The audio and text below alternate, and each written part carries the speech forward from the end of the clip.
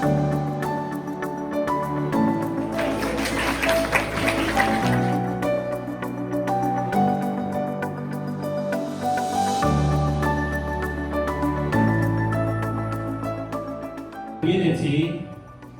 means radiant hand. It is very important to recognize true work and support it. When these refugees or these people are here are being helped, they see Muslims from their community. If you don't believe in the person that will give us opportunity, they will never make it, they will never succeed. That's what American exceptionalism is all about, and that's what Radiant Hand stands for, and that's why I'm so proud to stand with you guys.